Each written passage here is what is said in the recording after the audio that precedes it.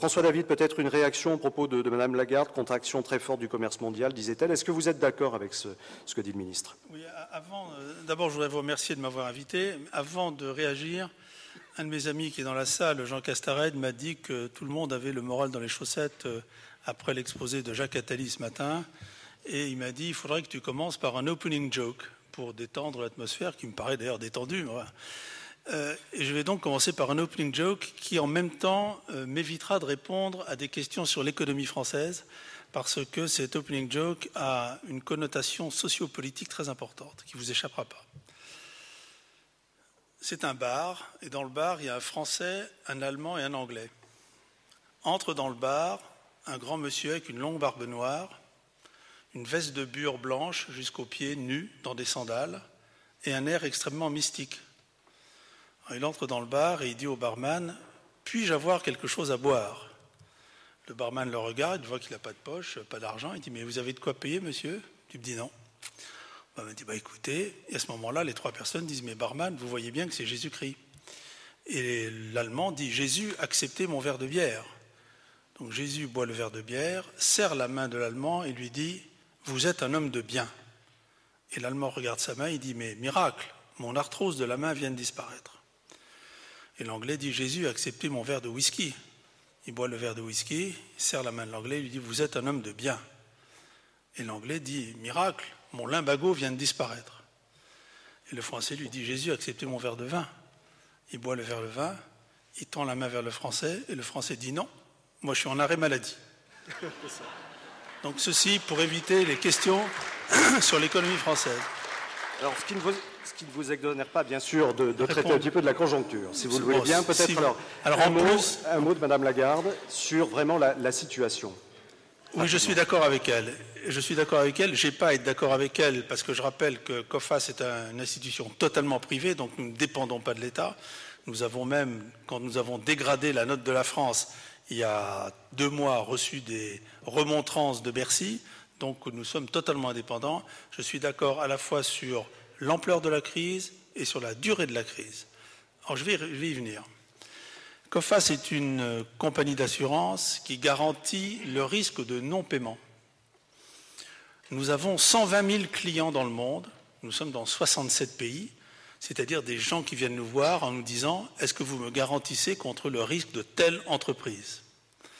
Ces 120 000 clients vendent à 55 millions d'entreprises. Et nous suivons donc, jour après jour, la situation financière à court terme de 55 millions d'entreprises. Ceci nous donne un mécanisme microéconomique d'analyse très différent de celui des macroéconomistes, puisqu'on voit que lorsque, dans un pays, 20 000 entreprises commence à avoir des incidents de paiement, on sait que 2 mois plus tard, la situation du pays va se dégrader. Et inversement, quand elle s'améliore, que la situation du pays va s'améliorer. Nous avons donc un instrument d'analyse prévisionnelle microéconomique. Ceci nous a amené à dégrader, par exemple, la note des États-Unis en 2007, avant la crise des subprimes, parce qu'on voyait la courbe des incidents de paiement qui augmentait. On avait dit, attention, il va se passer quelque chose dans ce pays. Alors aujourd'hui, quel est notre diagnostic sur 2009 ? Notre diagnostic sur 2009, c'est 1, nous ne sommes pas en 1929. Beaucoup de gens vous disent, nous sommes en 1929. Bon, parmi vous, il y a relativement peu de personnes qui ont vécu la période. Pour ceux qui ne l'ont pas vécu, je rappelle que de 1929 à 1932, le PNB américain a baissé de 50%. 50%. En 2008, le PNB américain sera de 0. En 2009, il sera de -1 ou -2. Il redémarre en 2010. Nous ne sommes pas dans une configuration de 1929. Beaucoup de gens le disent. Pourquoi ? 1, il y a les marchands de peur. Bon, parce qu'ils écrivent des bouquins là-dessus, donc il faut vendre. 2, vous avez des instituts de prévision. S'ils sont trop optimistes et que ça se passe mal, on les engueule. S'ils sont pessimistes et que ça se passe mieux, on ne dit rien. Je prends l'exemple des dernières prévisions de la Commission de Bruxelles. Très intéressant. Elles sont sorties la semaine dernière et les journaux ont tous titré « C'est horrible, regardez ce que dit la Commission de Bruxelles ». Je vais vous donner un chiffre, on les a regardés de près. En novembre de l'an dernier, la Commission de Bruxelles nous dit le PNB irlandais va baisser de moins 1%. La semaine dernière, prévision faite en décembre, un mois plus tard, ils nous disent le PNB irlandais va baisser de moins 5%. Comment croire, comment être crédible quand en l'espace d'un mois, on baisse la prévision de moins 1 à moins 5? De même sur la France, en novembre, ils disent le PNB français va être de 0 en 2009, et là, ils viennent de nous dire moins 1,8, moins 2%. Qu'est-ce qui s'est passé entre-temps? Aucune explication, rien. Donc nous, on dit, d'après nos scénarios, nous avons tous les 8 ans une crise de crédit, c'est-à-dire une croissance des défauts de paiement suivie d'une stabilisation économique. Tous les 8 ans.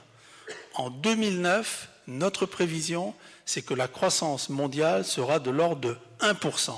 Croissance mondiale de 1%.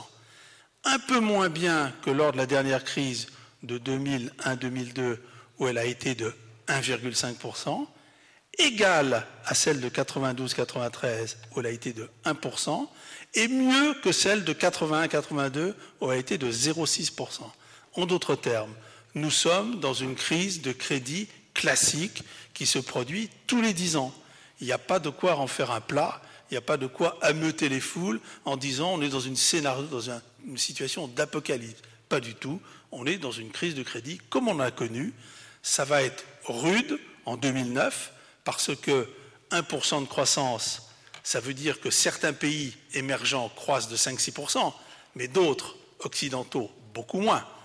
En France, nous nous disons ça va être aux alentours de 0, peut-être moins 0,2, moins 0,3, 0. Aux États-Unis, moins 0,9. Dans la zone euro en général, moins 0,7. Au Japon, moins 1,5. Bon, c'est triste pour les Français. Est-ce que c'est un drame? Ça veut dire qu'en 2009, on va vivre comme en 2008.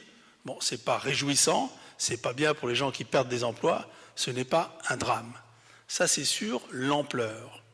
Sur la durée, toutes les crises de crédit qui nous ont précédées, toutes, je vous en ai cité 4, ont duré entre 18 mois et 2 ans. 18 mois à 2 ans. Celle-ci a démarré début 2008. On a vu la courbe des défauts de paiement démarrer début 2008.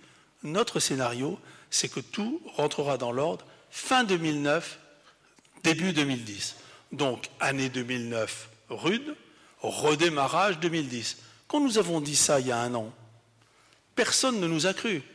Tout le monde a dit et on en a pour 4-5 ans. Aujourd'hui, le Fonds monétaire vient de dire redémarrage 2010. Jean-Claude Trichet, qui est un homme extrêmement prudent, à notre colloque Risque Pays de lundi, dont il était l'invité d'honneur, nous a dit redémarrage 2010. Tout le monde dit maintenant redémarrage 2010. Reportez-vous à ce qu'on dit il y a 3-4 ans. L'année dernière, tout le monde disait ça va durer un temps fou et ça va être comme 1929. Donc ce n'est pas le cas. Alors tout n'est pas rose, parce que l'originalité de la crise d'aujourd'hui, c'est que tous les continents sont touchés, alors qu'avant, il y en avait certains qui étaient touchés et d'autres qui ne l'étaient pas. Néanmoins, comme l'a dit Christine Lagarde, la réaction des États a été spectaculairement rapide, efficace et profonde, ce qui n'était pas le cas dans les crises précédentes. Donc mon message n'est pas un message béat, c'est un message d'optimisme raisonné, consistant à dire année 2009 difficile, redémarrage l'année prochaine. Bon, ça fait du bien quand même. Merci François David pour ce témoignage.